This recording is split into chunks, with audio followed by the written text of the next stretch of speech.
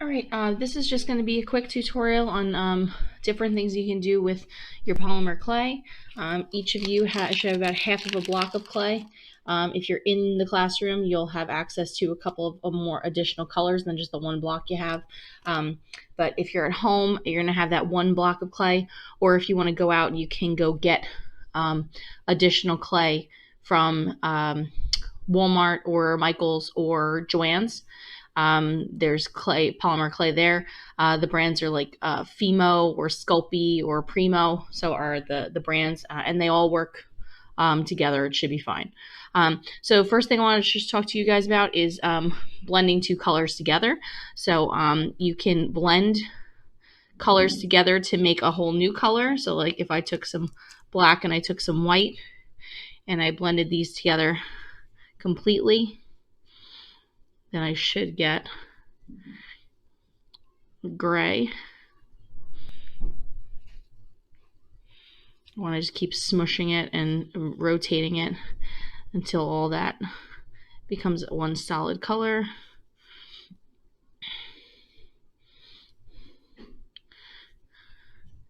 So you can see now I have a nice kind of a gray color to my piece here. So I made a nice gray.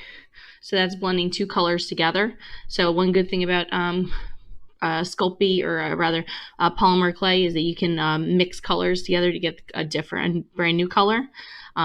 If you want to have like a marbled effect, you can take a piece of one color, piece of another color, and you're just going to not blend it as much.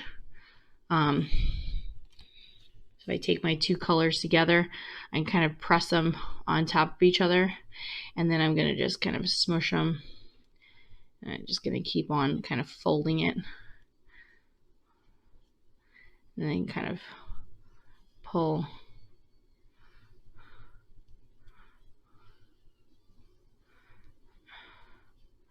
You can kind of see here I'm getting a nice kind of marbled look. I got a nice marble kind of a bead. Okay, so that's blending two colors together. It's marbling. All right, the next process we're going to talk about is just is called a cane. The simplest cane you can make is going to be a circular cane with a color on the inside and then a color on the outside. So what I'm going to do is I'm going to make a little snake of white clay. Little snake of white clay. And then I'm going to take a piece of black clay and I'm going to shape it so that I can roll it onto the outside of my white clay. So I want it to be the width, and I'm going to roll it on the outside here.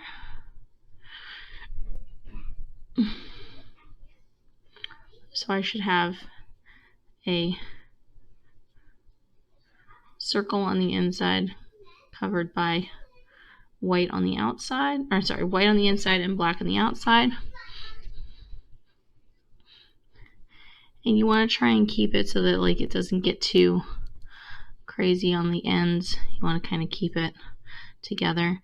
If I wanted to add another color on top of here, like I have this marbled kind of black and white, what I can do is I can take this marble of black and white and make a sheet of that just by pressing it down. I can wrap this in that.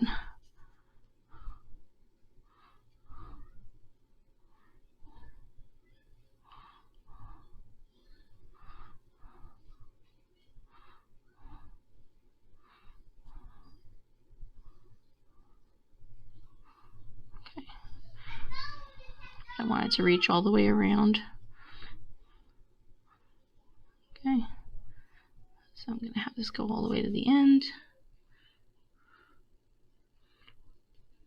Okay. Roll it together.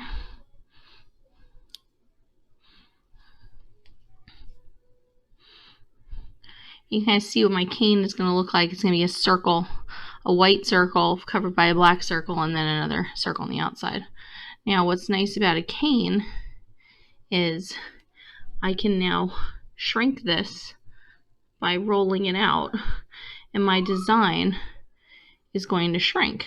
So as I roll this out, my design on the inside is getting smaller. Okay, so if I wanted to, I could take this cane, now I could cut it in half,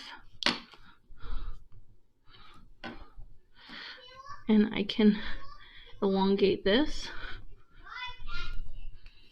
I can elongate this one.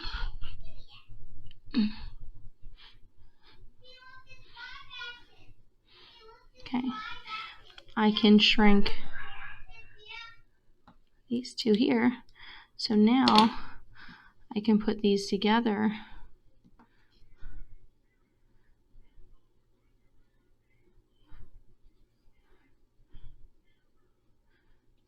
All of these together.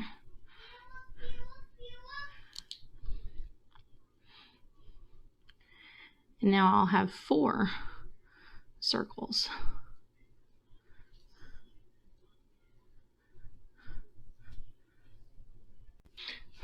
Now the thing about polymer clay is it gets very moldable and squishy the more you work with it. So if you make a cane, you want it to be a little bit on the harder side, because then when you cut through it, actually will keep its shape a little bit better. So right now now what I could do is I could keep taking this cane, and I can take these pieces,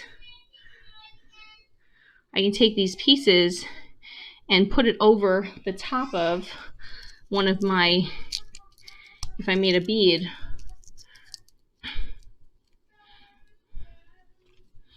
I could take this, put it on top of my bead,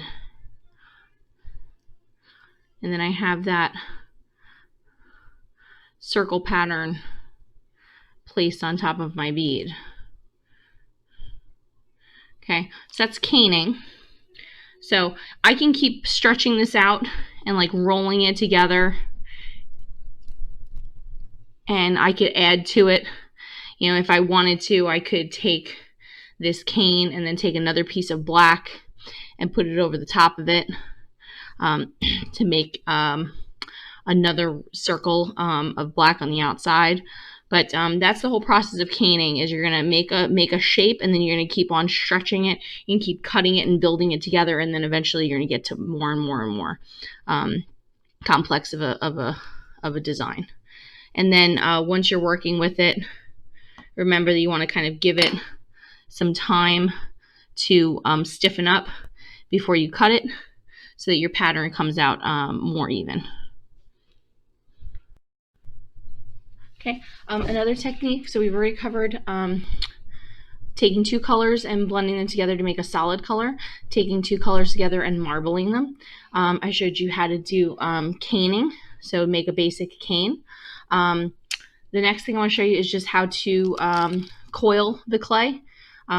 Just regular, what's nice about polymer clay is that since it's like plasticky, you can make really, really, really thin coils with it. So I can just take my clay and just pull it into, or squish it and bend it into like a log like this, and then I'm just going to take my hands and just kind of roll it back and forth. And what's really cool about polymer clay is I can make this coil very, very, very thin, and it won't really break because it's got that plastic polymer, those polymer chains in there that are going to hold it together. So I can make a really, really thin, really thin coil. And what's nice about this is if I had a bead or something, what I can do is I could take this thin coil of clay and I could wrap it in it to make like a spiral and cut it off What I can do is I can press this in to my piece, and now it became one solid shape. So I have that nice piece of thin coil is on top of that bead, now is incorporated into that design. So you can use coils for decoration. What I could do is I could take another coil of clay,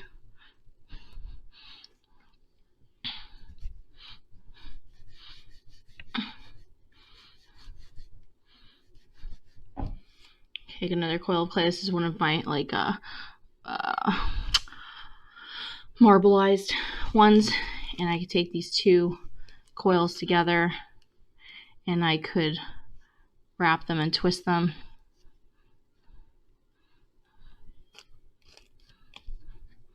And now I have a nice rope effect. And it's got two different colors in it. Okay. And then I could take this, if I wanted to, I could take this rope and I could put it on something else. Again, like if I had one of these beads, I could take this rope of clay and I could, you know, spiral it on here. And then I can kind of give this bead a different kind of texture.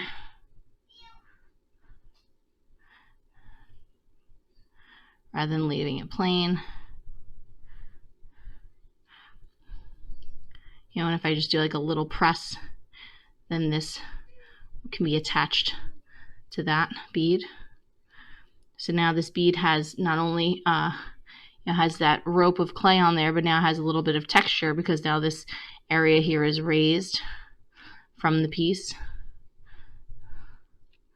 Okay, so that's one way of using coils. You make like a rope, and then you can use that rope to decorate other items. One of the last things we can talk about is, again, adding texture. So thinking about things that you have around. So like this is just something that's close to me. This is a little kid's hairbrush that my daughters have. But I can use that to kind of press into my clay. And now I have like a little, I have this texture.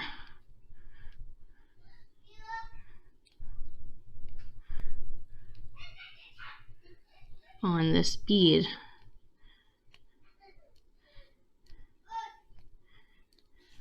So now I just made this bead have like a little bit of a rocky kind of texture to it.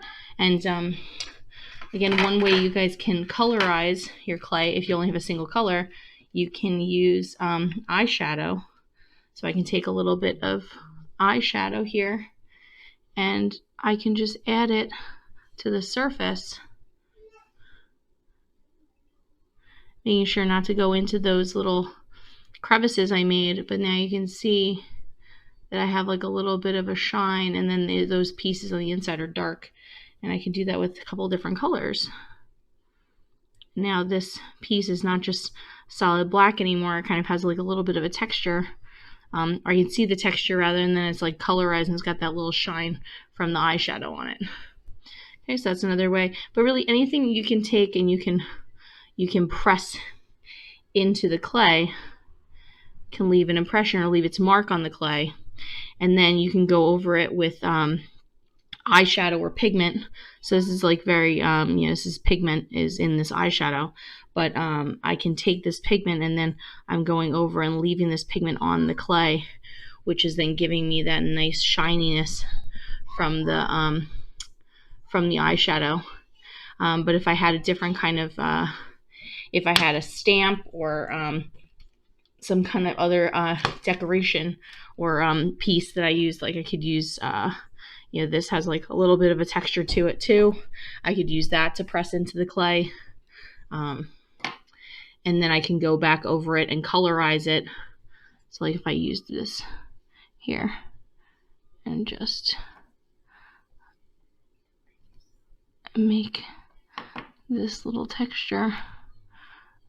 So there's a little fine texture to that, and then I can take my eyeshadow